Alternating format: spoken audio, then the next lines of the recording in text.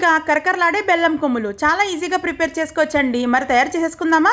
Mixing bowl మీద జల్లెడ పెట్టేసి 2 కప్పుల వరకు శనగపిండి వేసుకోండి, 1 కప్పు బియ్యపిండి వేసుకోండి, 1/2 టీ స్పూన్ ఉప్పు వేసి బాగా జల్లించేసుకోండి.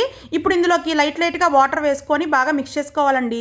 మరీ టైట్గా ఉండకూడదండి పిండి, అలాగని మరీ లూజ్గా ఉండకూడదు. ఈ విధమైన కన్సిస్టెన్సీ వచ్చాక చిక్కడాల గిద్దకి నూనె రాసేసి పిండి ముద్దనైతే ఉంచేయండి. స్టవ్ వెలిగించి కడాయి పెట్టుకొని డీప్ ఫ్రైకి సరిపడా ఆయిల్ వేసుకోండి.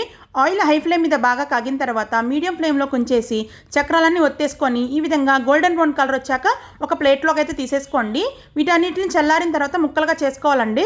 వేరొక కడాయిలోకి 2 కప్పుల వరకు బెల్లం వేసుకోండి, 1/2 కప్పు వరకు నీళ్ళు అయితే పోసుకోవాలి. స్టవ్ మీద పెట్టేసి పాకం రానివ్వాలండి. ఒకసారి పాకాన్ని చెక్ చేసుకుందాము. ఈ విధమైన కన్సిస్టెన్సీ వచ్చాక ఈ పాకం మొత్తం మనం ముందుగా ప్రిపేర్ చేసి పెట్టుకున్న చక్రాల మీద వేసేయాలి. ఒకసారి అయితే బాగా కలిపేసుకోవాలండి. ఈ బెల్లం కొమ్ములకి పాకం అంతా బాగా పట్టిన తర్వాత బాగా ఆరనివ్వాలండి. చాలా రుచికరంగా ఉంటాయండోయ్.